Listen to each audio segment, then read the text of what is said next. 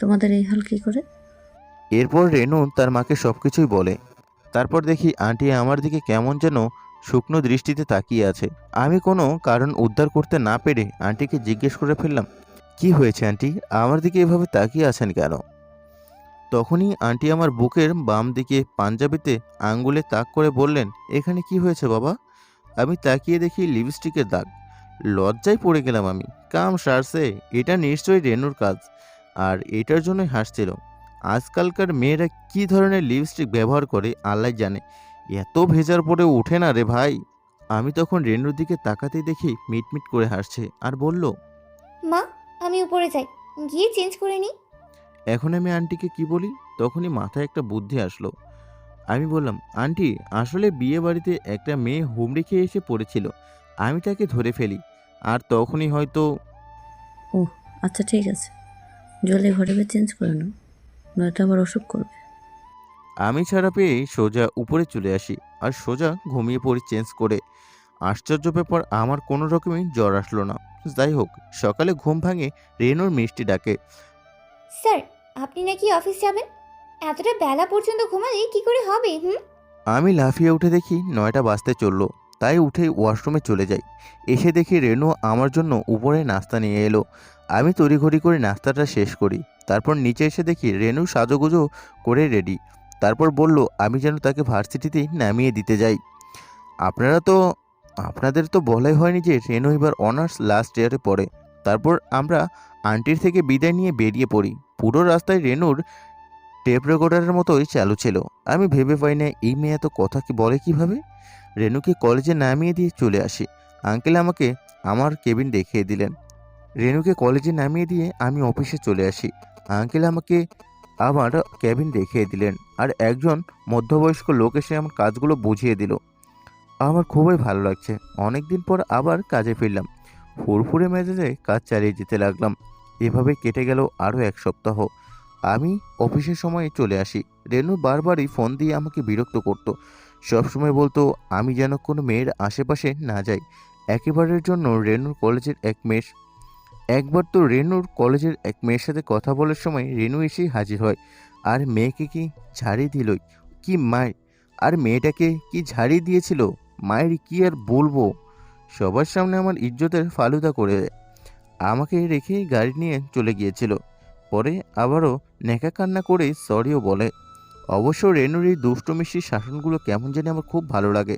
একদিন কাজ করছিলাম, তখনই আঙ্কেল আমাকে ফোন করে বলল, যত তাড়াতাড়ি সম্ভব বাড়িতে চলে আসো।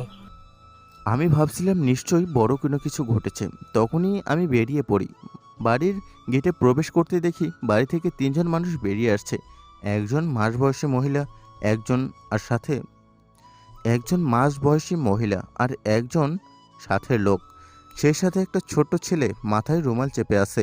খেয়াল করে দেখলাম মাথা থেকে রক্ত বের হচ্ছে। আমি গাড়ি থেকে নামার আগেই তারা গাড়িতে উঠে চলে যায়। আমি বাড়িতে ঢুকতে দেখলাম আঙ্কেল আমার দিকে রাগীভাবে এগিয়ে এলো আর বলল, তুমি আমাদের সাথে এরকমটা কি করে করতে পারলে? আমি আঙ্কেলের এমন রাগী চেহারা দেখিনি। উনি সবসময় আমার সাথেই হেসে কথা বলেছেন। আমি তো ভয়ে চুপসে গেলাম। আমি আমতা আমতা করে জিজ্ঞেস করলাম, আমি কি কি কি করেছে আঙ্কেল? কি করেছো মানে? তুমি আর রেনু একে অপরকে ভালোবাসো, এটা আমাদের থেকে লুকিয়ে রেখেছো কেন? তোমরা যদি আমাকে আগে থেকেই বলে দিতে তাহলে রেনুর জন্য আর পাত্র খুঁজতে হতো না। রেনুর জন্য তোমার থেকে ভালো পাত্র আর হতে পারে না। আজকে ওই ছেলেটার মাথা ফাটতো না। আমি বললাম, মানে একটু আগেই যে ছেলেটা গেল ওর কথা বলছেন, কিন্তু ওর মাথা ফাটলো কি করে? তখনই রেনু বলল, আমি ফাটিয়েছি। আহ, শখ কত! আমাকে বিয়ে করতে এসেছিল, আবার বলে কিনা পাত্রের সাথে আলাদা কথা বলতে চাই, তাই দিছি রুমে নিয়ে আচ্ছা মতো ধুলাই। তখনই আঙ্কেল বলল, তাহলে আমি তাড়াতাড়ি তোমাদের বিয়ের ব্যবস্থা করে ফেলি, কি বলো তুমি? তখনই আমি বললাম, দাঁড়ান আঙ্কেল, তার আগে আমি কিছু আপনাদের বলতে চাই। আসলে আমি প্রথম থেকেই বুঝতে পেরেছিলাম যে রেনু আমাকে ভালোবাসে, কিন্তু আঙ্কেল আমার পক্ষে রেনুকে বিয়ে করা সম্ভব নয়। তখনই রেনু কাঁদো কাঁদো গলায় বলল, কেন? তুমি কি আমায় পছন্দ করো না?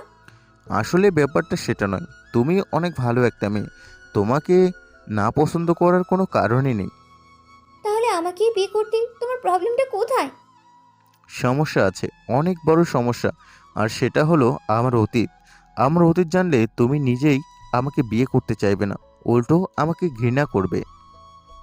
তোমার অতীতে এমন কি আছে যে সেটা জানলে আমরা তোমাকে ঘৃণা করব? চাই না জানতে তোমার এমন অতীত। আমি এমনিই ঠিক আছি। না না, সেটা হয় না।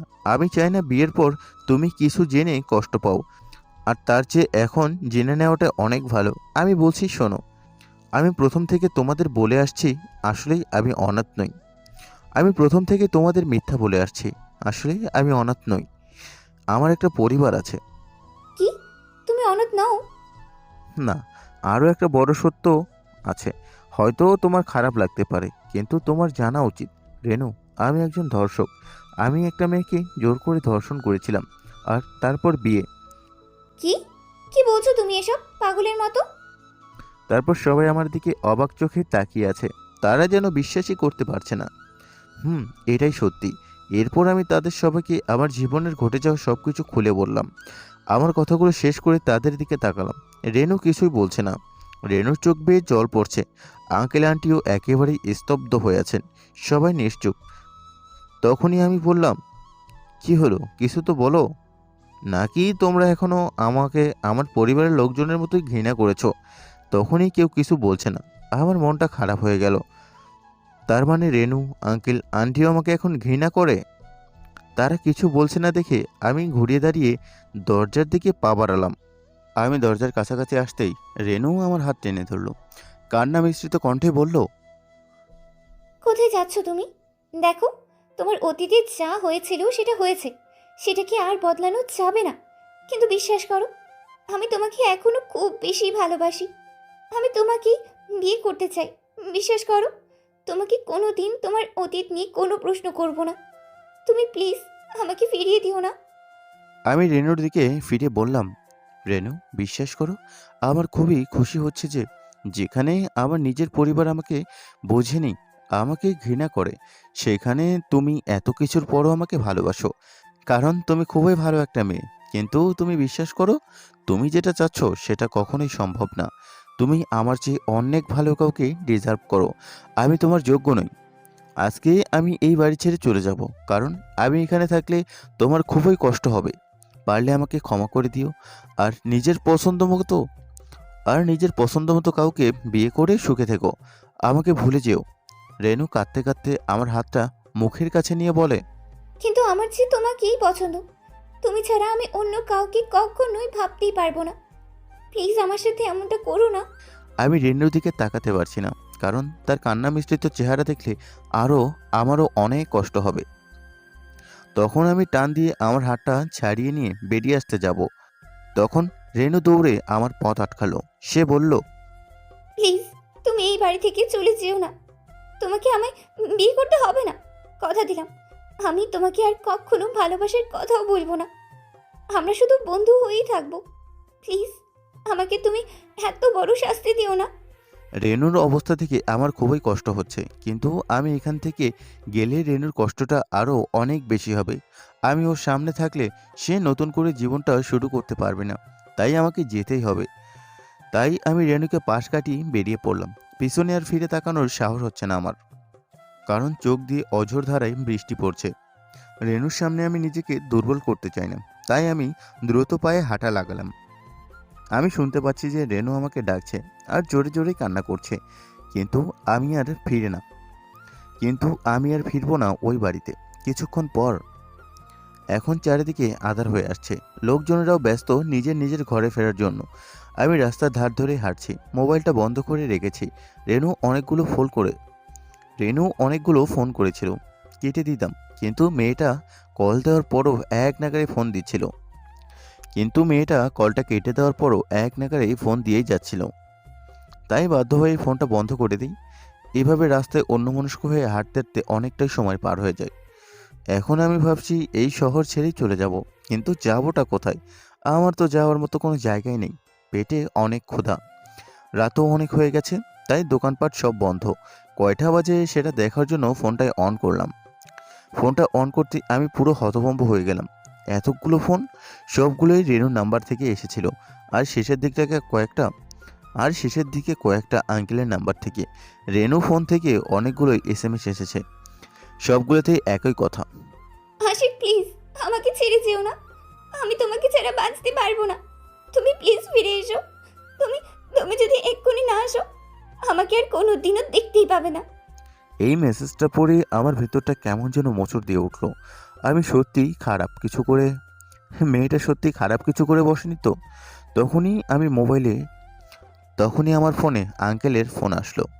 আমি সাথে সাথে ফোনটা রিসিভ করে বলতে লাগলাম, আঙ্কেল, রেনু ঠিক আছে তো?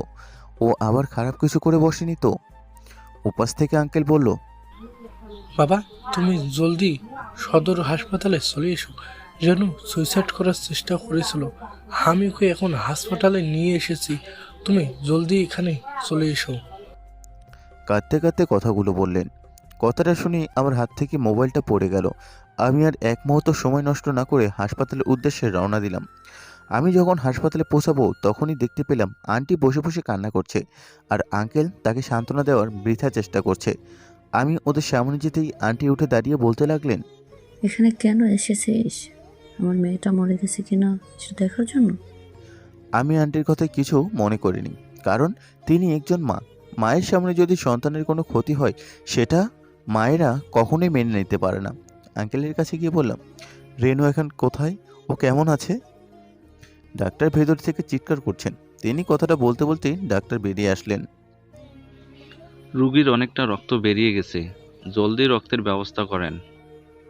তখন আঙ্কেল বললেন, এখন আমি ও নেগেটিভ রক্ত কোথায় পাবো? এই রক্ত তো খুব সহজে পাওয়া যায় না। তখন আমি বললাম, ডাক্তার, আমি রক্ত দেব, আমার রক্ত ও প্লাস, তাহলে জলদি আসুন। একটা নার্স আমাকে নিয়ে যায়। আমি গিয়ে দেখি রেনু অজ্ঞান হয়ে আছে, মুখটা অনেক মলিন হয়ে আছে। আমি রেনুর দিকে তাকিয়ে আছি। আমি ভাবতে লাগলাম, রেনুর কি দোষ? আমি ওকে এতটাই কষ্ট দিচ্ছি। ও শুধু আমাকে ভালোই বেসেছিল, তার বিনিময়ে মেয়েটাকে আমি শুধুই কষ্ট দিলাম।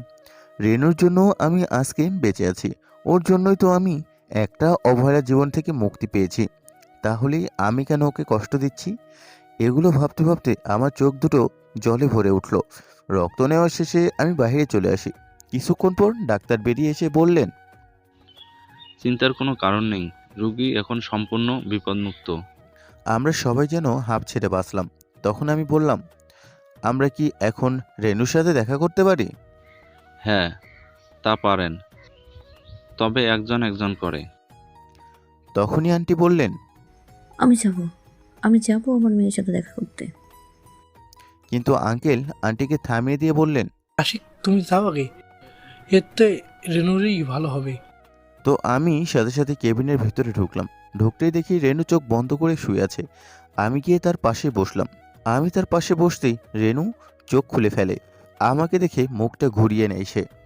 আমি বললাম, কি হলো, কথা বলবে না আমার সাথে? দেখো, আমি কিন্তু এখানে শুধুমাত্র তোমার সাথে কথা বলার জন্যই এসেছি।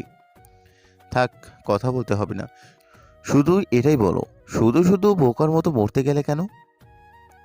অবশ্য তোমার মতো মেয়েরা বোকাই হয়, আর যে ছেলেটা তোমাকে ভালোবাসবে বুঝতেই পারেনি তার জন্য মরতে গেছিলে। একেবারও তোমার বাবা মায়ের কথা ভাবলে না? তুমি তাদের একমাত্র মেয়ে, তুমি চলে গেলে তাদের কি হবে? স্বার্থপর মেয়ে একটা। রেনু কিছুই বলছে না, অন্যদিকে ফিরে কাঁদছে। তখন আমি বললাম, ঠিক আছে, তুমি যখন কথাই বলবে না তাহলে ঠিক আছে, আমিও চলে গেলাম। এরপর আমি উঠে দাঁড়াতেই রেনু আমার হাতটা ধরে ফেলে আর বলে, প্লিজ আবার চলে যেও না, আমি তোমাকে ছাড়া বাঁচতেই পারবো না। তুমি যদি আমাকে বিয়ে না করো তাহলে আবার। থামিয়ে দিয়ে বললাম, ঠিক আছে, আমি তোমাকে বিয়ে করব, কিন্তু আমার কিছু শর্ত আছে। রেনু হাসি মাখা মুখ নিয়ে বলল, তোমার যে কোনো শর্তেই আমি রাজি। বলো তোমার কি কি শর্ত? আমার শর্ত হলো তোমাকে আগে তোমার লেখাপড়াটা শেষ করতে হবে।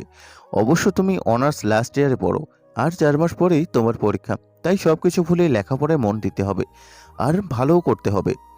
তাছাড়া আমার কিছু সময়ের প্রয়োজন। তোমাকে বিয়ে করতে হলে আমার আখির থেকে ডিভোর্স দিতে হবে। এসব কিছুর জন্য আমার সময় লাগবে।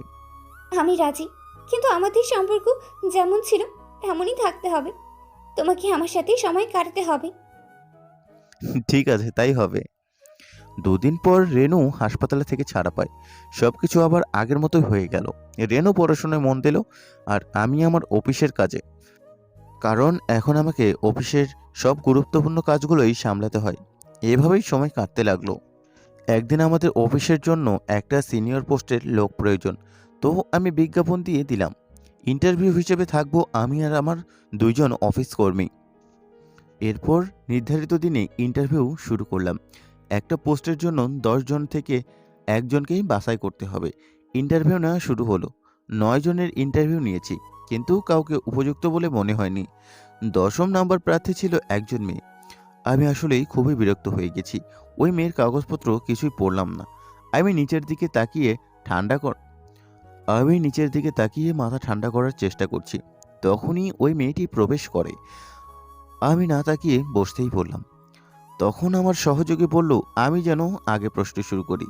তখন আমি মেয়েটার দিকে মুখ তুলে তাকাতেই মাথায় যেন আকাশ ভেঙে পড়ল। আমি সিট থেকে উঠে দাঁড়িয়ে পড়লাম। মেয়েটি আমাকে দেখে সমান অবাক। মেয়েটিও আসন ছেড়ে দাঁড়িয়ে গেল। আমাকে এভাবে দাঁড়িয়ে যেতে দেখে আমার সহকারীরা বললেন। হাসি, কোনো সমস্যা? আমি মেয়েটির দিকেই তাকিয়ে আছি। মেয়েটির চোখের কোণে জল স্পষ্ট, কিন্তু আমি এখন অনেকটাই শক্ত হয়ে গেছি। তাই আমি নিজেকে সামনে নিলাম। আমার সহকারীর মুখের দিকে তাকিয়ে দেখি ভদ্রলোক হাঁ করে তাকিয়ে আছে আমার দিকে। তখন উনি আবারও বললেন। কোনো সমস্যা? এবার আমি বুঝতে পারলাম যে আমি দাঁড়িয়ে পড়েছি। একজন ইন্টারভিউয়ার এর এমন আচরণে আশ্চর্য হবার কথাই। আমি তখন বসে পড়লাম। এরপর মেয়েটিকে বসতে বললাম। মেয়েটি হয়তো আমার এমন অচেনা আচরণে একটু কষ্টই পেয়েছে। তার গাল বেয়ে এক ফোঁটা নোনা জল টপ করে পড়ে গেল। তখন আমি একটু চড়া কণ্ঠে বললাম, কি হলো, বসছেন না কেন? তখনই মেয়েটি ঢপ করে বসে পড়ল। আমিও প্রশ্ন করেই চললাম। মেয়েটি একের পর এক উত্তর দিয়ে যাচ্ছে। আমার দিকে এক দৃষ্টিতেই করুণভাবে তাকিয়ে আছে। আমার প্রশ্ন করা শেষ হলে অন্যরা শুরু করলেন। মেয়েটি এবারও সব প্রশ্নের উত্তর দিল। এবার আমরা মেয়েটিকে বললাম, আপনি বাইরে গিয়ে অপেক্ষা করুন, আমরা 5 মিনিট পর ফলাফল জানিয়ে দেব। তখন মেয়েটি আমার দিকে তাকিয়ে আছে, আমাকে কিছু একটা বলতে চাচ্ছে, কিন্তু আমি তার দিকে তাকাইনি। মেয়েটি বাইরে চলে যায়। তখন আমার এক সহযোগী বলল, এই মেয়েটাই আমাদের এ পোস্টের জন্য একেবারে উপযুক্ত। কি বলেন আপনারা? তখনই আমি বললাম, আচ্ছা ঠিক আছে, মেয়েটাকে আমার কেবিনে পাঠিয়ে দিন, ওখানেই সব কিছু নিয়ে আলোচনা করব। এরপর আমি কেবিন থেকে চলে আসি। মাথাটা একেবারেই ঝুম ধরে আছে। চেয়ারে বসে বসে ভাবতে লাগলাম, আপু এখানে কি করছে? ও কাজ কেন করছে? আর যদি ওর কাজ করার ইচ্ছে থাকে তাহলে আমাদের অফিসেই তো জয়েন করতে পারতো। এখানেই এত দূরে অন্য শহরে আসার মানে কি? আর ওকে এতটা মন মরা লাগছে কেন? চেহারাটাও কেমন যেন ভেঙে গেছে। তখনই আদি বাপু আমার কেবিনের সামনে চলে আসে, বলল, আসতে পারি? হ্যাঁ আসুন। আমি চেয়ারে বসে আছি। আপু ভেতরে আসার পর দেখলাম তার চোখগুলো লাল হয়ে আছে, মনে হয় কেঁদেছে এতক্ষণ। আমি কি বলবো কিছুই বুঝতে পারছি না। আমি কিছু বলছি না দেখে আপুই বলল, ভাইয়া তুই বেঁচে আছিস? ওর চোখ দিয়ে পানি পড়ছে। আমার বুকের কোনো একটা জায়গায় যেন লাফিয়ে উঠল। অনেকদিন পর আপুর মুখে ভাইয়া ডাকটা শুনলাম। আমি আর নিজেকে সামলাতে পারছি না, কিন্তু এখন আমায় কাঁদলে চলবে না। আমি উঠে দাঁড়িয়ে কঠোর কণ্ঠে বললাম, আমি মরে গেলেই হয়তো ভালো হতো, তাহলে আবার মতো অমানুষের চেহারা আপনাকে আজ দেখতে হতো না। তখন দেখলাম আপু ডুকরে কেটে উঠল, গলা দিয়ে আওয়াজ বের হচ্ছে না। ওর কান্না দেখে আমারও খুব কষ্ট হচ্ছে। তারপর আমি ওকে বললাম, আরে আপনি এভাবে কাঁদছেন কেন? তখনই আপু দৌড়ে এসে আমার গলা জড়িয়ে ধরে কান্না জুড়ে দিল আর বলতে লাগলো, ভাইয়া তুই আমাকে ক্ষমা করে দে। এমনি তোর প্রতি আমরা যে অন্যায় করেছিলাম তার ফল 3 মাস ধরে ভোগ করছি। প্লিজ আমাকে ক্ষমা করে দে। তোকে আমরা বিনা কারণে কষ্ট দিয়েছিলাম, তোকে কথা বলার কোনো সুযোগই দিইনি। তুই জানিস না ভাইয়া, তুই চলে আসার পর আমাদের জীবনে অনেক বড় কাল নেমে এসেছে। তখন তোর কথা খুব মনে পড়ছিল, কিন্তু আমরা জানতাম তুই অ্যাক্সিডেন্টে মারা গেছিস। আমার খুব কষ্ট হতো যখন মনে পড়তো তোর সাথে কত খারাপ ব্যবহার করেছিলাম। কেঁদে কেঁদেই আমার শার্ট ভিজিয়ে দিচ্ছে। আপুর কথা শুনে আমি স্বস্তিত হয়ে গেলাম। আপুর কথাগুলো শুনে আমি স্তম্ভিত হয়ে গেলাম। কি বলছে আপু এসব? তখন আমি আপুকে ধরে একটা চেয়ারে বসিয়ে দিলাম আর বললাম, আপু কান্না বন্ধ কর আর আমাকে খুলে বল কি হয়েছে। এবার ওর মুখের দিকে তাকিয়ে দেখলাম মুখটা খুবই শুকনো লাগছে, মনে হচ্ছে সকাল থেকে কিছুই খায়নি। আমি তখন আবুল কাকাকে ডেকে বললাম ক্যান্টিন থেকে খাবার নিয়ে আসতে। আবুল কাকা হলেন অফিসের পিয়ন, বয়স 40+, তাই আমরা কাকা বলেই ডাকি। কাকা খাবার দিয়ে চলে যায়। আপু এখনও কেঁদেই যাচ্ছে। আমি বললাম, আপু খেয়ে নেই, তারপর সব কিছু শুনবো। আমারও তোর সাথে অনেক কথা বলার আছে। কিন্তু আপু খাচ্ছে না। তখনই আবার মনে পড়ে গেল ছোটবেলা থেকে আপুর মন খারাপ থাকলে নিজে নিজে কখনো খেতে হতো না, নিজে নিজে কখনো খাবার খেত না, আমাকে জোর করে খাইয়ে দিতে হতো। এরপরও আমি ওকে নিজের হাতে খাইয়ে দিতে লাগলাম। এবার দেখি আরো জোর দিয়ে কান্না করতে লাগলো। আমি আপুকে খাবার খাইয়ে দিচ্ছিলাম, তখনই কারো কান্নার আওয়াজ পেলাম। কি ব্যাপার, আপু তো কান্না বন্ধ করেছে, তাহলে কাচ্ছেটাকে? কান্নার আওয়াজের শব্দ শুনে আওয়াজের দিকে লক্ষ্য করে দরজার দিকে তাকাতেই দেখি রেনু দরজায় দাঁড়িয়ে কান্না জুড়ে দিল। রেনু আবার কখন এলো আর ও কাঁদছেই বা কেন? আমি কিছু বলা বা বোঝার আগেই রেনু ঝড়ের বেগে আমার কাছে এসে কলার ধরে দাঁড় করিয়ে দেয় আর বলতে লাগে, তোর কথা মতো আমি সারাদিন লেখাপড়া নিয়ে পড়ে থাকি, তোকে আগের মতো জ্বালাতনও করি না। তোর জন্য আমি এত কিছু করেছি, আর তুই লুচ্চা বেটা আমাকে ঠকিয়ে অফিসের একটা মেয়ের সাথে প্রেম করতেছস। কাঁদতে কাঁদতে কথাগুলো বলল রেনু। আমি বললাম, কি বলছো এসব? মাথা ঠিক আছে তোমার? কিন্তু রেনু আমার কোনো কথাই শুনছে না। এরপর বলতে লাগলো, তাও আবার কি প্রেম?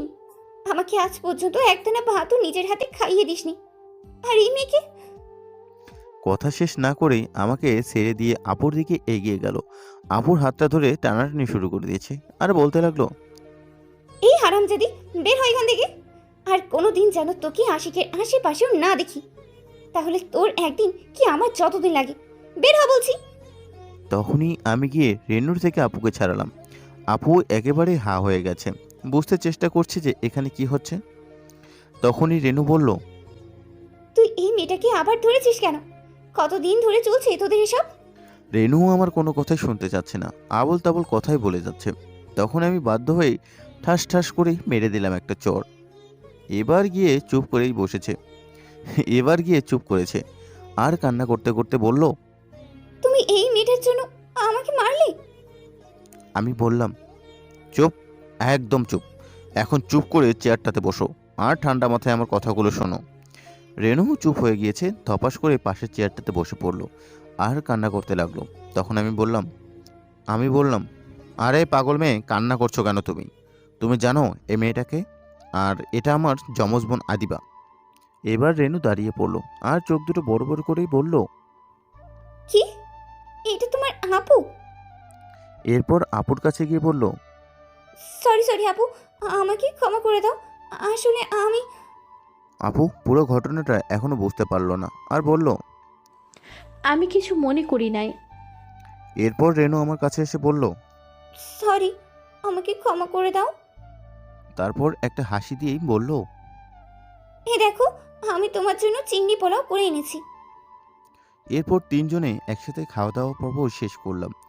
এরপর আমি আপুকে বললাম, এবার বল আমি আসার পর কি কি হয়েছিল।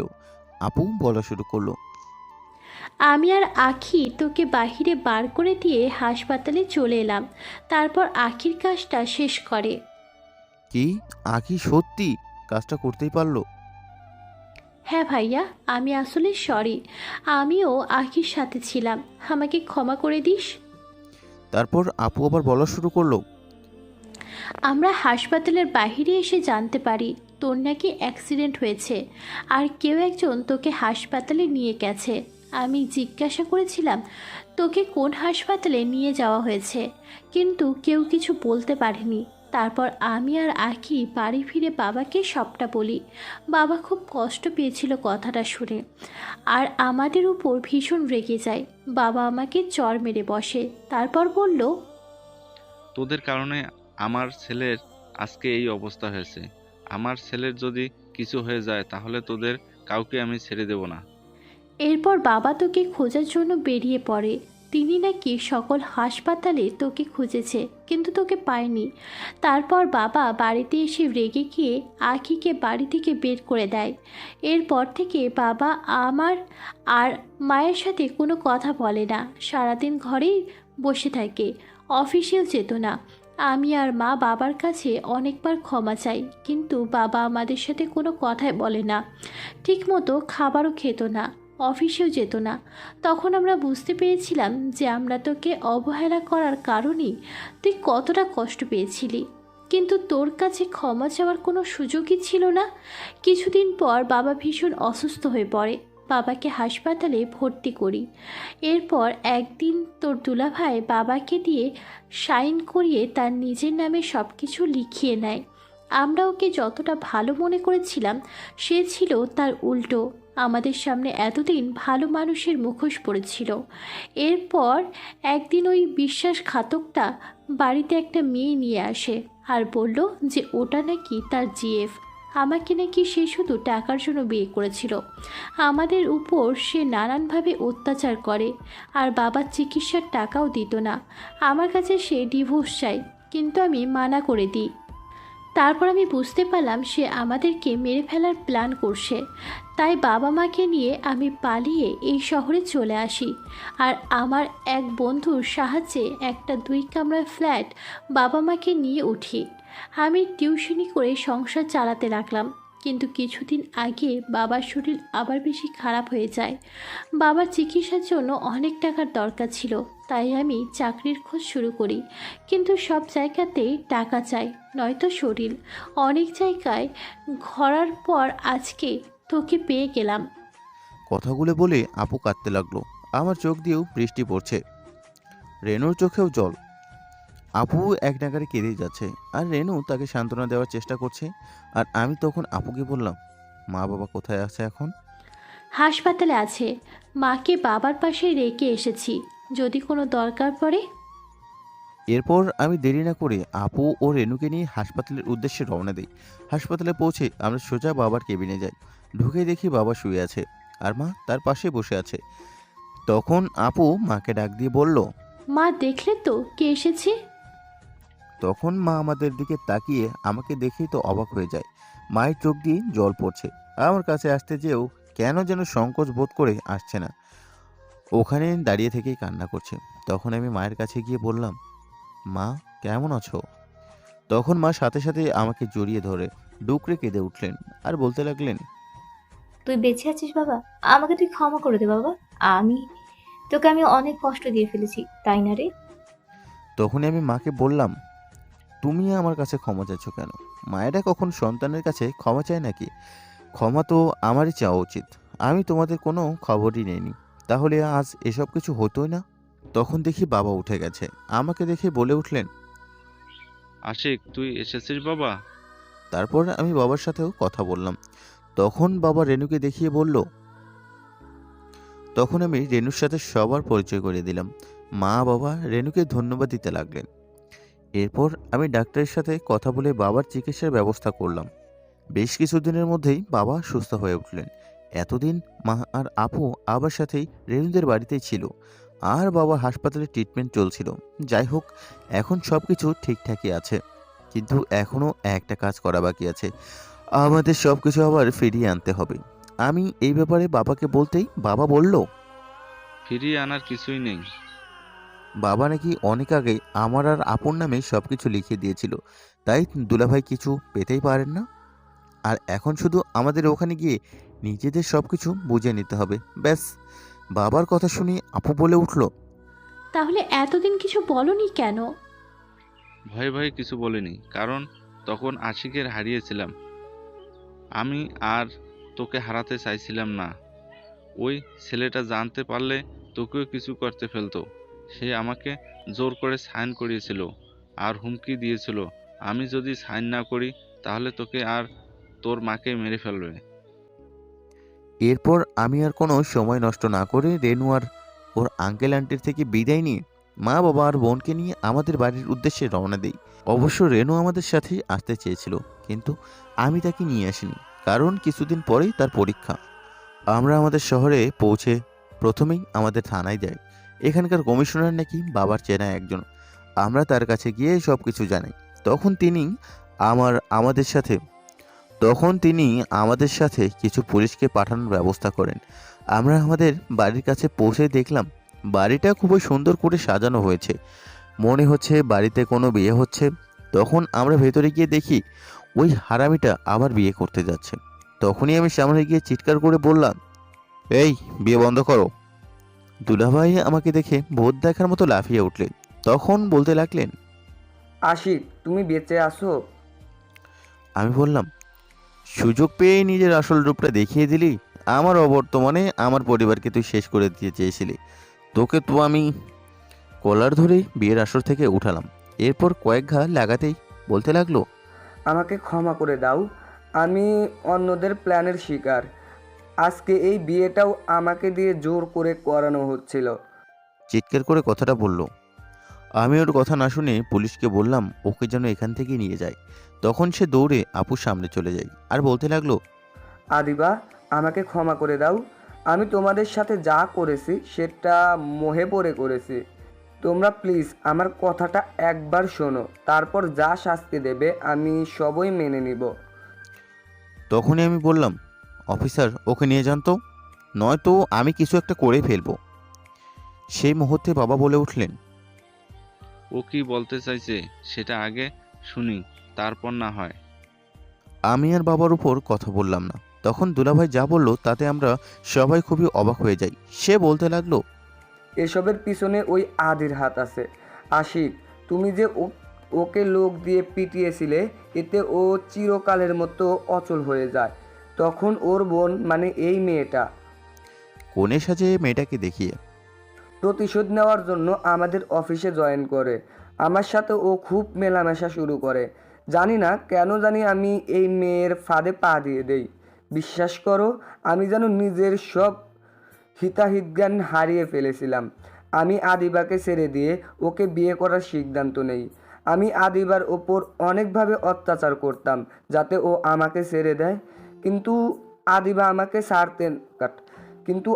আমাকে ছাড়তে না করলো। তখন একদিন আমি ওকে রেগে গিয়ে মারতে গেলে দেখি ও অজ্ঞান হয়ে যায়। তাই আমি ডাক্তার ডাকি। তখন ডাক্তার বলেছেন যে আমি বাবা হতে চলেছি। এই কথাটা শুনে আমার খুবই আনন্দ হয়েছিল। নাতাশার সাথে সম্পর্ক শেষ করে দেওয়ার সিদ্ধান্ত নেই। কথাটা শুনে আমরা আপুর দিকে তাকালাম। তখন আপু বলল, পরিস্থিতির জন্য নাকি কাউকে জানায়নি। তখন আমি নাতাশার ফ্ল্যাটে যাই, আর ওইখানেই জানতে পারি এটা নাতাশা আর আদির প্ল্যান ছিল আমাকে ফাঁসানোর, আর আমাদের পরিবার ডেকে বদলা নেওয়ার।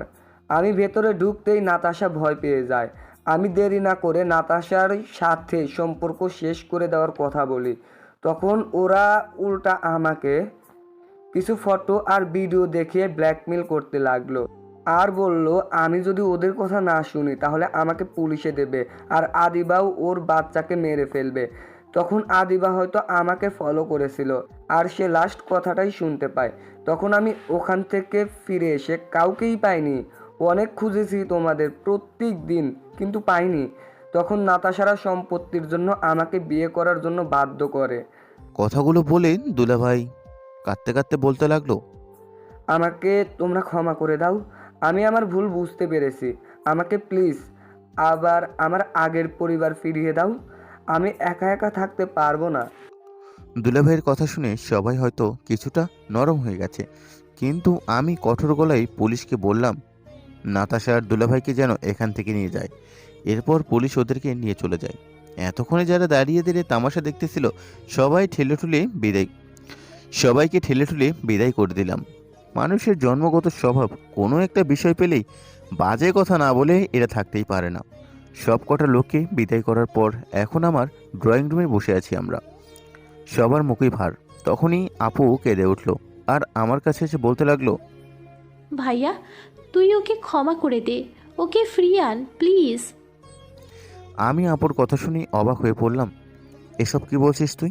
এত কিছু পরে বলছিস তাকে ছাড়িয়ে আনতে?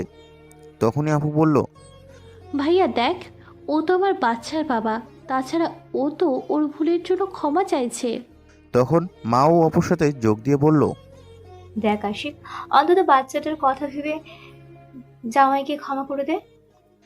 এবার জানি কেন জানি আমার রাগ উঠে গেল। আমি রেগে গিয়ে বললাম, বাহ, আমার বেলায় এই কথাগুলো মনে ছিল না? আমি তোমাদের কাছে কতবার ক্ষমা চেয়েছিলাম, তোমরা আমার কোনো কথাই শুনতে চাওনি। উল্টো তোমরা তো আমার বাচ্চাটাকেই মেরে ফেললে। আমার কথা শুনে দুজনে চুপ মেরে গেল। এখন মাথা নিচু করেই বসে রইল। আর আপু ফুপিয়ে ফুপিয়ে কান্না করতে লাগলো। তখনই বাবা বলে উঠল, দেখ আশিক, যেটা হয়ে গেছে সেটা হয়ে যাক। দেখ আশিক, যেটা হয়ে গেছে সেটা হয়ে গেছে। এখন আর ঝামেলা বাড়াস না। আমার এসব ভালো লাগে না। তুই জামাইকে ফিরিয়ে আন। বাবার কথাটা শুনে কেমন জানি আমার খুবই কষ্ট হলো। কেউই আমার ব্যাপারটা বোঝার চেষ্টা করছে না। এখন বসে বসে আপুর কান্না শুনতেই ভালো লাগছিল না। তাই কাউকে কিছু না বলে আমি বাসার বাইরে বেরিয়ে আসি। অনেকদিন পর আবার আমাদের বন্ধুদের ক্লাবটাতে আসি। সবাই আমাকে দেখে অনেক খুশি প্লাস অবাক হলো। সবার সাথে অনেক রাত পর্যন্ত আড্ডা দিলাম। তারপর সবাই রেডি হয়ে চলে যায়।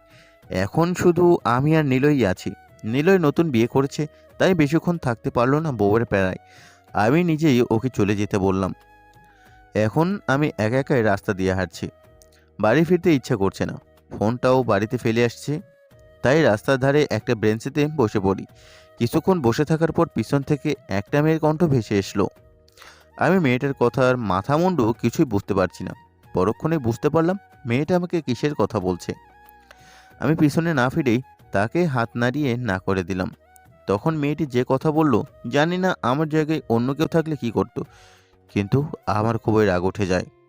মেয়েটা বলল, স্যার, এই কাজে আজকে আমার প্রথম দিন, আর আপনিই প্রথম। আপনি যা বলবেন আমি তাই করব। মেয়েটার কথা শুনে মনে হলো আমার মনে লোভ সৃষ্টি করানোর জন্য কথাটা বলছে। তখন আমি সাথে সাথে দাঁড়িয়ে গিয়ে মেয়েটার দিকে রাগী লোক নিয়ে তাকালাম আর বলতে লাগলাম, আপনার সমস্যাটা কি? আপনাকে না করার পরও আপনি। মেয়েটি আমাকে দেখে কেমন যেন হকচকিয়ে গেল আর আমার দিকে কিছুক্ষণ তাকিয়ে রইল। মেয়েটির চেহারায় একটা নিকাব দিয়ে ঢাকা, তাই চেহারাটা দেখা যাচ্ছে না। আবছা আলোয় যা দেখলাম সেটা হলো মেয়েটার চোখ দিয়ে জল চিকচিক করছে। মেয়েটি আর কিছু না বলে পিছনে ফিরে হাঁটা লাগলো। মনে হলো পালিয়ে যাচ্ছে এখান থেকে। আমি মেয়েটির চলে যাওয়ার দিকে তাকিয়ে থেকে আবার বেঞ্চিটায় বসে পড়লাম। তখনই আমার মনে প্রশ্ন হলো, একটা মেয়ে সত্যি কতটা অসহায় হলে, কতটা বিপদে পড়লে নিজের সবচেয়ে বড় সম্পদটাকে টাকার বিনিময়ে বিক্রি করতে চায়? প্রশ্নটা আমার মাথায় আসার পরে মেয়েটার জন্য কেমন যেন একটা মায়া হতে লাগলো। তখন আমি মেয়েটা যে পথ দিয়ে গেল সেই পথে দ্রুত পায়ে হাঁটা লাগালাম। উদ্দেশ্য মেয়েটাকে সাহায্য করব, তার জীবন নষ্ট হওয়া থেকে আটকাবো। কিছুক্ষণ হাঁটার পরেই মেয়েটাকে দেখতে পেলাম। মেয়েটার সামনের আরেকটা বেঞ্চিতে বসে আছে। কাছে গিয়ে বুঝতে পারলাম যে মেয়েটা কাঁদছে। আমি মেয়েটাকে বললাম, আমি আসলে সরি, আমি বুঝতে পারিনি যে একটা মেয়ে কতটা অসহায় হলে এমন একটা কাজের সিদ্ধান্ত নিতে পারে। তখনই মেয়েটা অবাক হয়ে আমার তখনই মেয়েটা অবাক হয়ে আমার দিকে তাকালো। মনে হয় ভয় পেয়ে গেছে আমার এখানে আসাতে। তিনি সেই মুহূর্তেই আমাদের পাশ দিয়ে দ্রুত বেগে একটা ট্রাক চলে গেল। আর হঠাৎ ট্রাকের বাতাসের ঝাপটার মেয়েটার মুখ থেকে পর্দাটা কিছুক্ষণের জন্য সরে যায়। তখন মেয়েটার মুখ দেখে আমার মুখ দিয়ে অনেক কষ্টে দুটো শব্দে বের হলো, আর সেটাই হলো আখি। আখি সঙ্গে সঙ্গে ওখান থেকে উঠে যায়, দৌড়ে রাস্তার অপর পাশের গলিতে ঢুকে পড়ে। আমি যেন নড়তেই পারছি না। এত বড় একটা শখে আমার পা কিছুতেই সামনে এগোচ্ছে না। তারপরও আমি দৌড়ে আখির পেছনে চলে গেলাম, কিন্তু রাতের আঁধারের কারণে আখিকে আর দেখতে পাইনি। ওইখানেই আশেপাশে কিছুক্ষণ খোঁজাখুঁজি করলাম, কিন্তু কোথাও পেলাম না। আমি ওখান থেকে ফিরে আবারও আগের জায়গায় এসে বসে পড়ি। ভাবতে লাগলাম, মানুষের জীবন কতটা বিচিত্র, কখন কার সাথে কি হয় বা কি হবে সেটা বলাই মুশকিল। আমরা যেটা পেতে চাই, সেটা করতে চাই, সেটা কখনোই হয় না। খুব কম সংখ্যক লোকই পেয়ে থাকে। অথচ আমাদের জীবনে এমন কিছু ঘটে যায় যেটা আমরা কখনো কল্পনাও করি না। যে মেয়েটাকে আমি একদিন পাগলের মতো ভালোবাসতাম, হয়তো এখনও বাসি, সেই মেয়েটার ওপর রাগের মাথায় জোর জবরদস্তি করায় সে আমার পুরো জীবনটাই ধ্বংস করে দিয়েছিল। অসংখ্যবার ক্ষমা চাওয়ার পরেও আমাকে মাফ করতে পারেনি। আমার আপনজনদের কাছে আমাকে পর করে দিয়েছিল। হাহ, আজ সেই মেয়েটাই টাকার বিনিময়ে নিজের জন্য অন্য পুরুষকে সঁপে দিতে চাইছে। সত্যি নিয়তির পরিহাস খুবই কঠিন। জানি না কেন এমন পরিস্থিতিতে আমার হাসি পাচ্ছে। বুকের ভেতর লুকিয়ে রাখা কষ্টগুলো মোচড় দিয়ে উঠছে। কতটা কষ্ট করে এই মেয়েটার মায়া ভুলেছি, আর আজ সেই যেন কাটার মতো, মাছের কাটার মতো গলায় আটকে গেল। না পারছি বের করতে, না পারছি গিলে ফেলতে। কিন্তু আখির এমন অবস্থা কি করে হলো? কি এমন ঘটে গেল ওর জীবনে, যার জন্য নিয়তি তাকে এমন পরিস্থিতির সম্মুখীন করলো? জানতে ইচ্ছা করছে খুব। রাতে এই নির্জন রাস্তায় বেঞ্চের উপরেই ঘুমিয়ে পড়ি। সকালে ঘুম ভাঙে নিলয়ের ডাকে। আমি খুবই অবাক হলাম ওকে এত সকালে এখানে দেখে। ও আমাকে বলল, কি রে, রাতে বাড়ি যাসনি কেন? জানিস তোর বাড়ির সবাই কত চিন্তা করেছে। রাতে তো আমার ঘুম হারাম করে দিয়েছে ফোন করে করে। নিলয়ের সাথে কথা না বলে গালে হাত দিয়ে বসে রইলাম। তখনই নিলয় ঠাস করে আমার মাথায় একটা গাট্টা মারল আর বলতে লাগলো, হারামি, তোর জন্য আমি হয়রান হয়ে এতক্ষণ ধরে রাস্তায় রাস্তায় ঘুরেছি, আর তুই আয়েশ করে গালে হাত দিয়ে বসে আছিস। তখনই আমি নিলয়কে প্রশ্ন করে বসলাম, আখি এখন কোথায় রে? কি করে সে এখন? আমার প্রশ্ন শুনে বন্ধু আমার চোখ বড় বড় করেই ফেলেছে আর বলল, শালার নাতি, আমি তোরে কিছু বলছি আর তুই কি বলতেছোস? ওই মাইয়ার খবর যায় না কি করবি? আবারও বাস খাওয়ার ইচ্ছা হয়েছে নাকি? তখন আমি বললাম, যেটা বলেছিস সেটার উত্তর দে আগে। তোর হয়েছেটা কি মামা? এই এত হ্যানত্যান না করা, যা বলছি সেটা কর, সেটার উত্তর দে আগে। আমার সিরিয়াস চেহারা দেখে বলতে লাগলো, আসলে বন্ধু, আমি আখির বিষয়ে তেমন কিছু জানি না, তবে আমাদের স্যাটেলাইটের কাছে গেলে কিছু হয়তো জানতে পারা যাবে। আমাদের ফ্রেন্ড সার্কেলের সবচেয়ে বাচাল সদস্য, নাম হলো আয়শা। তবে আমরা সবাই তাকে স্যাটেলাইট বলেই ডাকি, কারণ আমাদের চেনা জানা সকল বন্ধু বান্ধবীকে কি করেছে সব খোঁজখবর রাখে সে। আর এক নম্বরের ঠোঁট কাটা মাইয়া। আপনার সকল গোপন কথা সবার সামনে ফাঁস করে দিবে। এজন্যই তাকে আমার তেমন ভালো লাগেনি। কিন্তু বন্ধু বলে কথা, তারা যতই বাজে হোক না কেন, বিপদের সময় ঠিকই কোনো না কোনো কাজে লেগে যাবে। তাছাড়া আয়েশা আখির মামাতো বোন হয়। তখন আমি বললাম, ঠিক আছে, চলো আমরা এখন আয়েশাদের বাড়িতে যাব। এইবার আমার বন্ধু সিরিয়াসভাবে বলল, তুই আখির ব্যাপারে এত খোঁজ খবর নিয়ে কি করবি? এর কারণটা কি বলতো? আমি নিলয়কে কি বলবো আমি তো নিজেই জানি না। কেন আমি আখির ব্যাপারে এত মাথা ঘামাচ্ছি? হয়তো সেটা কাল রাতের ঘটনার জন্য, নয়তোবা আমার ডিভোর্সের জন্য। না, কি? এরপর আমি রিক্সা ডাকতে যাব, ঠিক তখনই নিলয় বলল, ওই খাড়া খাড়া বাইক নিয়ে আইসি তো। তখন আমরা বাইকে করে স্যাটেলাইটের বাড়ির উদ্দেশ্যে রওনা দিলাম।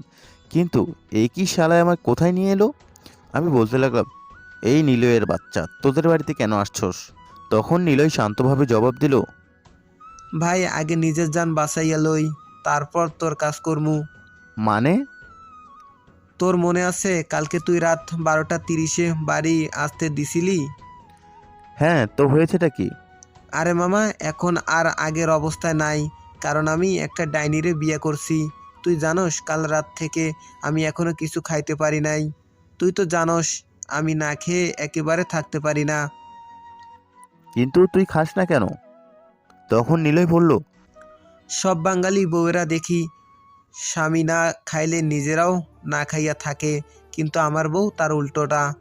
কালকে বাসায় যেতে দেরি হয়েছে দেখা ওই রাক্ষসী নিজের খাবারটা তো খাইছে, ওই সাথে আবার আমার খাবারটাও সাবার কইরা লাইছে। আমার বউ জিজ্ঞেস করছিল দেরি হয়েছে ক্যারে, আমি বলছি যে তোর সাথে ছিলাম, কিন্তু ওই ফকিন্নি তো বিশ্বাসই করে নাই। বলে কিনা আমি নাকি নেশা করছি, এই জন্য নাকি আমু ভোলবাল দেখেছি, এই কারণে তোর প্রমাণ হিসাবে নিমু, নাইলে আমার কপালে ভাত নাই। আর চিন্তা করিস না, তোর কাজও হইয়া যাইব। ঠিক আছে চল। আমি তো ভিতরে যাওয়ার পর নিলয়ের বউরে দেখিয়ে টাস্কি খেয়ে গেলাম। আসলে নিলয়ের বউ আর কেউ না, ওই আয়েশাই। তারপর আর কি, খাওয়া দাওয়ার পর আখির সম্পর্কে জিজ্ঞেস করলাম। তখন আয়েশা বলল, কিছুদিন আগে আখির বাবা অ্যাক্সিডেন্টে মারা গেছে, আর তাদের ব্যবসার সব কিছু তার বাবার পার্টনাররা নিয়ে গেছে। আর অন্যদিকে ব্যাংক লোনের কারণে ওদের বাড়িটাও চলে যায়। এরপর আখি তার মা আর ছোট্ট ভাইকে নিয়ে তাদের আগে কিনে রাখা ছোট্ট একটা ফ্ল্যাটে উঠেছে। আমি এইটুকুই জানি। তারপর আমি আখিদের বাড়ির ঠিকানাটা আয়েশার থেকে নিয়ে নিলাম। সেই মুহূর্তে নিলয়ের ফোনে আমার বাড়ি থেকে কল আসে। বলল আমাকে নাকি তাড়াতাড়ি বাসায় যেতে বলেছে। বাড়িতে আপু নাকি খুবই কান্নাকাটি করছে। এরপর আমি সোজা থানায় গিয়ে দুলাভাইকে ছাড়িয়ে নেই। জানি তো এর জন্যই হয়তো এমন করছে। দুলাভাইকে নিয়ে আমি বাড়িতে গেলাম। দুলাভাইকে দেখে সবাই খুবই খুশি। আমি কারোর সাথে কোনো কথা না বলে সোজা নিজের রুমে চলে আসি। এরপর ওয়াশরুমে যাই, যাওয়ার পর ফ্রেশ হওয়ার জন্য। মাথায় এখনও আখির ব্যাপারটাই ঘুরপাক খাচ্ছে। তাড়াতাড়ি রেডি হয়ে আখির বাসার দিকে যাব। অনেক প্রশ্ন আছে আমার মনে, সেগুলোর উত্তর আমার জানা চাই, না হলে আমার বোন কখনোই শান্ত হবে না। কিন্তু ওয়াশরুম থেকে বের হতে আমার চক্ষু কপালে উঠে গেল। ওয়াশরুম থেকে বের হতে দেখি রেনু আমার বিছানার একপাশে বসে আছে। আমি আমার চোখে বিশ্বাস করতে পারছি না। রেনু, কি করে সম্ভব? আমি স্বপ্নে দেখছি না তো? আমি নিজের সন্দেহ দূর করার জন্য বেশ জোরেই করে একটা চিমটি কাটলাম। উফ!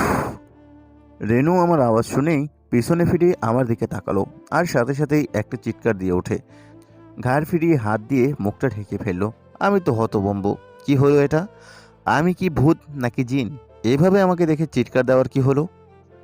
তখনই রেনু মুখ ঢেকে বলে উঠল, হাঁদা রাম কোথাকার, কিছু না পড়ি ওয়াশরুম থেকে বের হয়ে পড়েছে।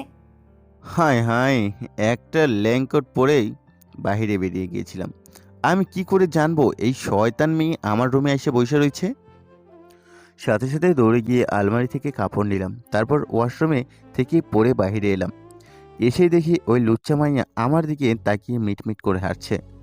তখনই আমি একটু গলা খাঁকড়িয়ে স্বাভাবিক স্বরেই বললাম, রেনু, তুমি এখানে কখন এলে? তখন রেনু তার কপালটা কুঁচকিয়ে রাগী কণ্ঠে বলল, কেন আসতে পারি না? আর দেখো, আজ বাদে কাল এটা আমার শ্বশুর বাড়িই হবে, তাই আমি আসতেই পারি। জি না ম্যাম, আপনি আসতে পারেন না। আপনি হয়তো ভুলে গেছেন আপনার পরীক্ষা শুরু হতে চলেছে। মনে পড়েছে? চিৎকার দিয়ে বলল, কি মনে পড়েছে? রেনু তখন তার হাতটা আমার সামনে তুলে ধরলো, আর হাতের একটা মোবাইল। তখন সে জিজ্ঞেস করলো, এটা কি? আশ্চর্য, এটা তো মোবাইল। গাধা কোথাকার, সেটা তো আমিও জানি। আমি জানতে চাচ্ছি মোবাইলটা কার। তখন মোবাইলটা খুঁটিয়ে দেখে বুঝতে পারলাম এটা আমারই। কাল যে বাসায় ফেলে গিয়েছিলাম আর ধরাই হয়নি। এরপর রেনু মোবাইলটা আমার হাতে দিয়ে বলল, দেখ তো, তোকে আমি কতগুলো ফোন দিয়েছি। আমি মোবাইলটা হাতে নিয়ে দেখলাম, ও মাই গড, এতগুলো ফোন! সব কটাই রেনুর নাম্বার থেকে আসছে। তখনই দেখলাম রেনুর চোখ দিয়ে জল গড়িয়ে পড়ছে, আর আমার কলার ধরে বলল, জানো আমি কতটা ভয় পেয়ে গিয়েছিলাম? আরে আরে, কাঁদছো কেন ছোট বাচ্চাদের মতো? এমন সিসকাদুনে মেয়েকে কিন্তু আমি বিয়ে করতে পারবো না, বলে দিলাম। রেনু রেগে আগুন হয়ে গেল আর বলল, কি কি বললি তুই? তুই বিয়ে করবি না? তুই বিয়ে করবি না? তোর বাপ। কথাটা বলতে গিয়ে জিভে কামড় দিয়ে ফেলে। তারপর কথাটা চাপা দেওয়ার জন্য বলল, তুমি ফোন ফেলে দিয়ে বাড়ি থেকে বেরিয়ে গিয়েছিলে কেন? আসলে বাড়িতে একটু ঝামেলা হয়েছিল, ভালো লাগছিল না, তাই বাইরে চলে গিয়েছিলাম। তুমি আসলে কখন? এই তো একটু আগে। তুমি তো আমার সামনেই হন হন করে দৌড়ে চলে এলে, আমাকে দেখতেও পেলে না। মানে কি বলছো তুমি? আমাকে দেখতে পাওনি মানে? কোথায়? আমি যে নিচে সোফাতে বসেছিলাম, দেখতে পাওনি? সরি, আসলে থাক থাক, আর বলতে হবে না। এই শোনো না। কি ব্যাপার, হঠাৎ করে এই সুর বদল?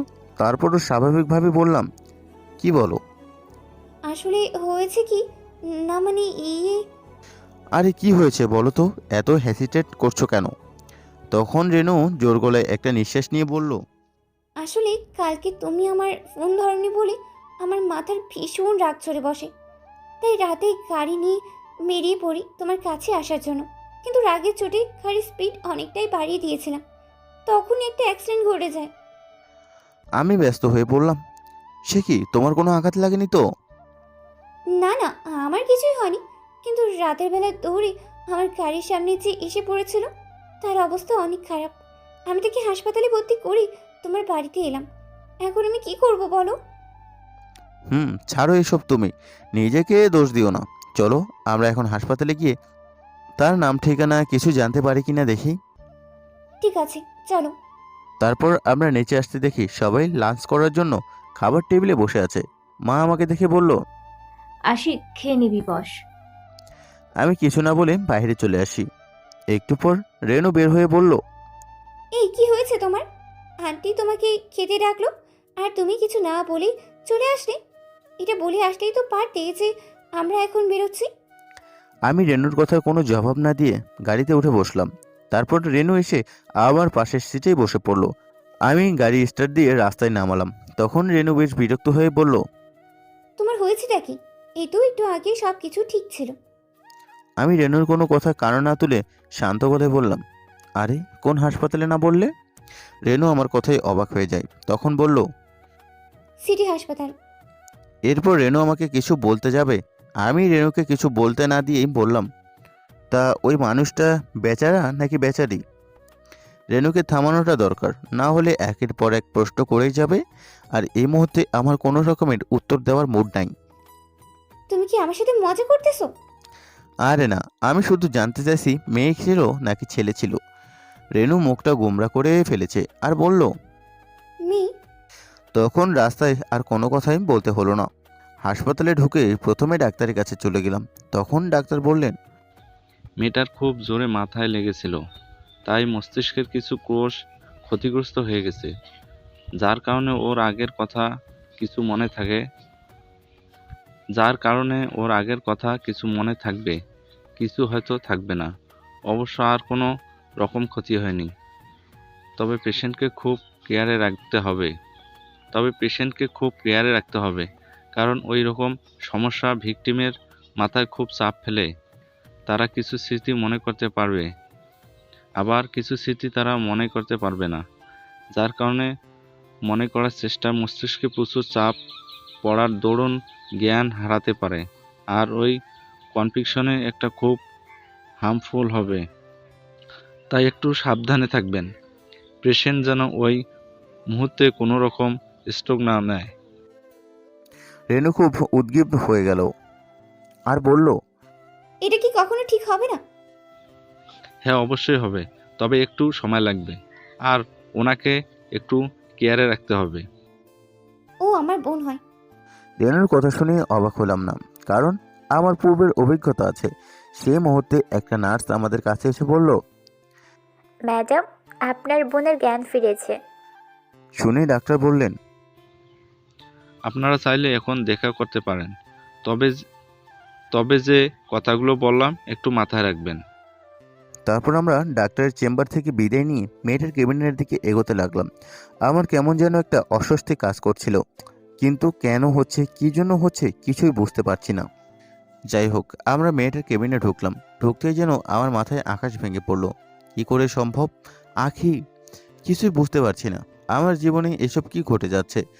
আমি আর ভেতরে না ঢুকে বাইরে বেরিয়ে এলাম। এই মুহূর্তে আখি আমাকে দেখলে যে কি রিয়েক্ট করবে কে জানে। তবে যাই হোক না কেন, খারাপ কিছুই হবে, তাই এখন ওর সামনে না যাওয়াই ভালো। আমি বাইরে চলে আসার কিছুক্ষণ পর রেনু বাইরে এলো আর বলল, এই তুমি এভাবে বাইরে চলে এলে কেন? না এমনিতেই। কিছু জানতে পারলে? হ্যাঁ, মেয়েটার নাম আবিরা। আসলে আখির পুরো নাম হলো আবিরা আহসান আখি।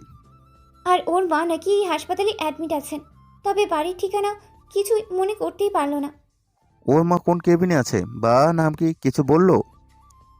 না, আর কিছুই জানা যায়নি। আমি ভাবছি আমার কি করা উচিত। আমার কি রেনুকে বলে দেওয়া উচিত যে এই মেয়ে সেই মেয়েটার আখি, এই মেয়েই সেই মেয়ে আখি, নাকি এখন না বলে পরে সময় বুঝে বলবো? কি করব আমি কিছুই মাথায় আসছে না। তখনই ওই নার্সটা আমাদের সামনে এসে রেনুর দিকে একটা প্যাকেট এগিয়ে দিয়ে বলল, ম্যাডাম, এই যে আপনার বোনের অর্নামেন্টসগুলো ওটির আগে খুলে নেওয়া হয়েছিল। তখন রেনু নার্সটাকে বলল মেয়েটার কেবিনে দেখে আসতে, কিন্তু তার পরক্ষণেই নার্সকে থামিয়ে দিয়ে বলল, দিন, আমার কাছেই দিন। রেনু এরকম প্যাকেটটা নার্সের হাত থেকে ছিনিয়ে নেয়। নার্স পুরো অবাক। আমিও আবার কম অবাক হয়নি রেনুর এমন আচরণে। তখন দেখলাম রেনু দ্রুত হাতে প্যাকেটটার ভেতর থেকে একটা লকেট বের করলো আর সেটা ভালো করে খতিয়ে দেখতে লাগলো আর প্যাকেটটায় হাত দিয়ে ফেলে দিল। তারপর আমি ওটা তুলে নিই। রেনুর আচরণে নার্স স্তম্ভিত হয়ে দাঁড়িয়ে আছে। তখন আমি নার্সকে ইশারা করে বললাম চলে যেতে। নার্স চলে গেল। তখনই রেনু আমাকে আরও এক ধাপ অবাক করে দিয়ে বলল, আশিক, আমি আমি এই রকেটটা চিনি, আমি এই রকেটটা চিনি। রেনুর চোখে মুখে বিস্ময়ের ছাপ স্পষ্ট দেখতে পাচ্ছি। আমি বললাম, কি বলছো তুমি? লকেটটা চেনো মানে? কি বলছো আবোল তাবোল? রেনু আমার কথার জবাব দিয়ে একটু সাইডে গিয়ে কাকে যেন একটা ফোন করলো। তারপর কিসের কথা বলছে বুঝতে পারলাম না, কিন্তু রেনুকে দেখে আমার খুবই অদ্ভুত লাগছে। ওর এরকম ব্যবহার আমি আগে দেখিনি। হঠাৎ করে কি হলো ওর? আর লকেটের কাহিনীটা বা কি? তোর বাবা, আমার মাথার সব জট পাকিয়ে যাচ্ছে। কি হচ্ছে কি সব? তখনই প্যাকেটের ভেতর থেকে একজোড়া নূপুরের দিকে আমার চোখ পড়ে গেল। আমার চোখ দুটো বিস্ফোরিত। কি করে কি হলো? এগুলো এখানে কি করে? আর চলছেটা কি এখানে? আমি পকেট থেকে নূপুরগুলো বের করেই বুঝতে পারলাম আমি ঠিকই চিনেছি। নিজের হাতে ডিজাইন করে আমি 2 জোড়া কাচের নূপুর অর্ডার করে বানিয়েছিলাম। এক জোড়া আপুকে দিয়েছিলাম, আর এক জোড়া বাসর রাতের সময় আখিকে দিয়েছিলাম। কিন্তু সে তো ছুঁড়ে ফেলে দিয়েছিল। তাহলে এগুলো এখন আখির কাছে এলো কি করে? তখনই রেনু ফোন শেষ করে আমার দিকে আসলো। আমি আর থাকতে না পেরে জিজ্ঞাসা করলাম, কি হয়েছে? ওই লকেটে কি আছে? রেনু আমার হাতের থেকে লকেটটা নিয়ে বলল, খোলো এটা। আমি খেয়াল করে দেখলাম ভিতরে 2টা বাচ্চা মেয়ের ছবি। তখনই রেনু তার গলা থেকে আর একটা সেম লকেট খুলল। লকেটটা আমি আগে কখনো খেয়াল করিনি, কারণ সবসময় জামার নিচেই থাকতো। আমি অবাক হয়ে গেলাম। তারপর রেনু আমার হাতে তার লকেটটা দিয়ে বললে, এবার এটা খুলে দেখো। আমি খুলেই, কি আশ্চর্য! এখানে একই ছবি, 2টা বাচ্চার। তখনই আমি রেনুকে জিজ্ঞেস করলাম, এরা কারা?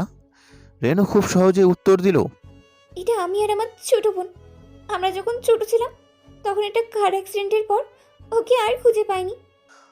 তখন আমার মুখ দিয়ে আপনা আপনি বেরিয়ে এলো, তার মানে তুমি বলতে চাচ্ছ এই মেয়েটা তোমার বোন? হুম, আমি মা বাবাকে ফোন করে দিয়েছি, তারা কয়েক ঘন্টার মধ্যেই এখানে চলে আসবে। তখন আমি রেনুকে বললাম, আমি একটু আসছি।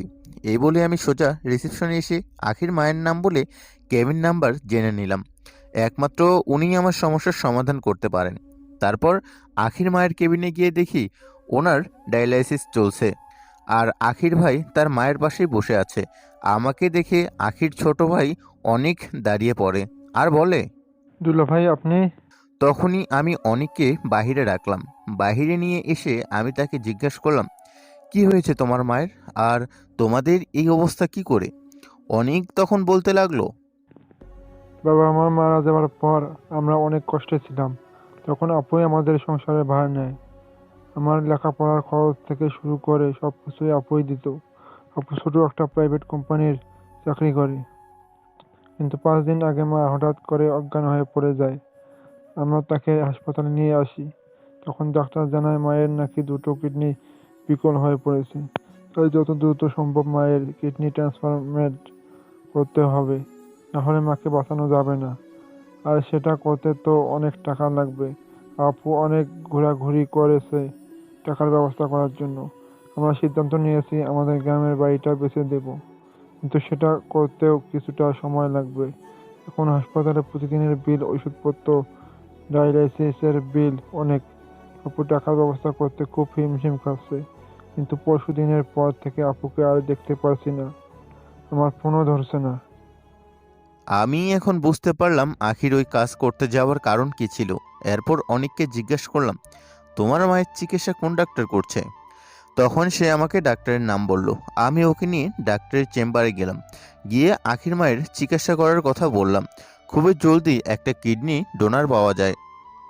ডাক্তার বললেন যে আজকেই তিনি অপারেশনটা করে ফেলবেন। অনিক আমার দিকে অবাকভাবে তাকিয়ে প্রশ্ন করলো, আমার আপু তো আপনার সাথে অনেক খারাপ করেছে, তাহলে আপনি কেন আমাদের সাহায্য করেছেন? তুমি এসব কি করে জানলে?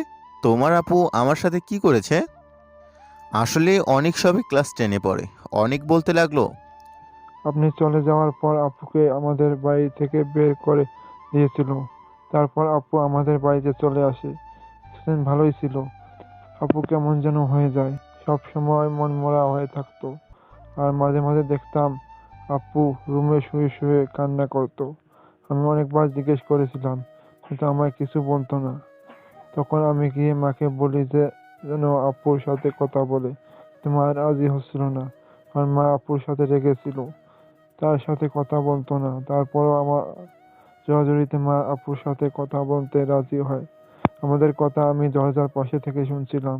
মা যখন জিজ্ঞেস করে, আপু মাকে জড়িয়ে ধরে কান্না করতে করতে বলে, মা, আমি খুনি। আমি একটা নিষ্পাপ বাচ্চাকে মেরে ফেলেছি। আমার কারণেই আশিকও হারিয়ে গেছে। আমি কখনো আশিকের ভালোবাসা বুঝতে পারিনি। সব সময় ওকে অবহেলা করেছি, কষ্ট দিয়েছি। মা, আমি অনেক বড় ভুল করে ফেলেছি। তখন আপু বলেছিল, মা, আমাকে ক্ষমা করে দাও। আমি বুঝতে পারিনি, এখন বুঝতে পারছি। আমিও আশিককে অনেক ভালোবেসে ফেলেছি। খুব মিস করছি ওকে। আমার বাচ্চাটার জন্য আমার খুব কষ্ট হচ্ছে। আশিক আমাকে এত করে না করার পরও আমি কি করলাম? সব শোনার পর আমি এখন কি বলবো কিছুই বুঝতে পারছি না। আমি অনেকের মাথায় হাত বুলিয়ে দিতে লাগলাম। আমি অনেকের মাথায় হাত বুলিয়ে দিয়ে বললাম, চিন্তা করো না, তোমার আপু ঠিকই ফিরে আসবে। তারপর আমি ওখান থেকে রেনু এখানে এসে দেখি আঙ্কেল আন্টিও এসে পড়েছেন। আমি কাছে যেতেই রেনু আমাকে বলল, এতক্ষণ কোথায় ছিলে? এই তো একটু আশেপাশেই হাঁটাহাঁটি করছিলাম। তখন আমি আন্টির কাছে গিয়ে বললাম, রেনু বলেছে যে ওই মেয়েটা নাকি ওর বোন। আপনি কি মনে করেন সত্যি ওই মেয়েটা রেনুর বোন? আন্টি আবেগপ্রবণ হয়ে গেছেন। তখন বললেন, হ্যাঁ হ্যাঁ, ওইটাই আমার ছোট মেয়ে অনু। আল্লাহ তাকে আবার আমাদের কাছে ফিরে দিয়েছে। দূর, এটা কিছুতেই হতে পারে না। কারণ আমি মন প্রাণ দিয়ে চাচ্ছি আখি যেন রেনুর বোন না হয়। কারণটা হয়তো আপনারা বুঝতেই পারছেন। তখনই আমি বললাম, আচ্ছা আন্টি, আপনাদের ছোট মেয়ের কোনো জন্মদাগ আছে যা দেখে তাকে চিনতে পারবেন? হ্যাঁ হ্যাঁ, আছে তো। অনুর পিঠের বাম দিকে একটু নিচে একটা সুন্দর তিল আছে। কথাটা শুনেই আমার ভেতরটা কেঁপে উঠল। না, এ হতেই পারে না। সত্যি আখির পিঠের বাম দিকে একটু নিচে নজর করা একটা তিল আছে। এইবার সব কিছুতেই এটাই বলেছে যে আখি অনু, মানে রেনুর বোন অনু। তখনই রেনু বলে উঠল, আশিক, তুমি ভালো একটা কথা মনে করিয়েছো। চলো মা, আমরা গিয়ে দেখে আসি এই তিলটা আছে নাকি নেই। তখন জানি না আমার মুখ দিয়ে কিভাবে বেরিয়ে গেল কথাটা। আমি তাদেরকে বলেই ফেলে দিলাম, দেখার দরকার নেই, ওর পিঠে একটা তিল আছে। তারা তিনজনেই আমার দিকে চোখ বড় বড় করে অবাক হয়ে তাকিয়ে আছে। তখন রেনু বলল, তুমি কিভাবে জানলে যে ওর পিঠেও তিলটা আছে? আমি এখন কি বলবো ভেবে পাচ্ছি না। কোনো মতে বললাম, না না, মানে এমনি বলে ফেললাম আর কি। তোমরা যাও, দেখে আসো। আমি একটু ব্যস্ততা দেখেই বললাম, আমি একটু বাড়িতে গিয়ে আমাদের গেস্ট হাউসে তোমাদের থাকার ব্যবস্থাটা করে আসি। ওদের উত্তরের অপেক্ষা না করেই আমি প্রস্থান করি সেখান থেকে। ওখানে থাকলেই সমস্যা। 5 দিন কেটে গেল এভাবেই। আমি একবারের জন্য আখির সামনে যাইনি। আখি এখন অনেকটাই সুস্থ। আখির মাও সম্পূর্ণ সুস্থ। ওনার থেকে জানতে পারি আখি ওনাদের নিজেদের মেয়ে নয়, তাকে রক্তাক্ত অবস্থায় কুড়িয়ে পেয়েছিলেন। আখির বাবা মা নাকি বিয়ের 5 বছর পর্যন্ত নিঃসন্তান ছিলেন, তাই তারা আখিকেই সন্তান হিসেবে নেন। আর তার কয়েক বছর পরই অনেকের জন্ম হয়েছিল। তারপর আমি তাকে আখির কথা বলি, কিন্তু আখিকে আমার কথা না বলার জন্যই বলে দেয়। তখন আমি আখির সাথে দেখা করতে তখন তিনি আখির সাথে দেখা করেন। ওনাকে দেখে আখিরও অনেকটা কিছু মনে পড়ে যায়। অনেকদিন পর রেনু নিজের বোনকে পেয়ে আর ছাড়তেই রাজি নয়, তাই আখিসহ তার পরিবারকে রেনুদের বাসায় নিয়ে যাবে। এই কয়েকদিনের মধ্যেই দুই বোনের মধ্যে অনেক ভাব হয়ে গেছে। আমার সম্পর্কে রেনু আখিকে সবই বলে দিয়েছে। সেই জন্য নাকি আখি আমাকে দেখতে চেয়েছে। এই জন্যই আমি এখন মহাবিপদে। আমি আখির সামনে গেলেই রেনু জানতে পারবে যে তার বোন অনুই আমার সেই আখি। যদি এরপর রেনু আমাকে বিয়ে করতে না চায়, আমার কি হবে? আমি তো রেনুকে এই কয়দিনে অনেকটাই ভালোবেসে ফেলেছি, নিজের থেকেও বেশি। রেনু যদি নিজের বোনের সুখের জন্য আমাকে ভুলে যায়, এসব ভেবেই খুব ভয় হচ্ছে আমার। অনেক চেষ্টার পরও রেনুর জেদের জয় হলো। আমাকে আখির সামনে যেতেই হবে আজকে। তাই আমি নিজেকে তৈরি করে নিলাম, যতটা সম্ভব অচেনা মানুষের মতোই আচরণ করব। হাসপাতালে ঢুকে দরজার সামনে এসে রেনু আমাকে বলল,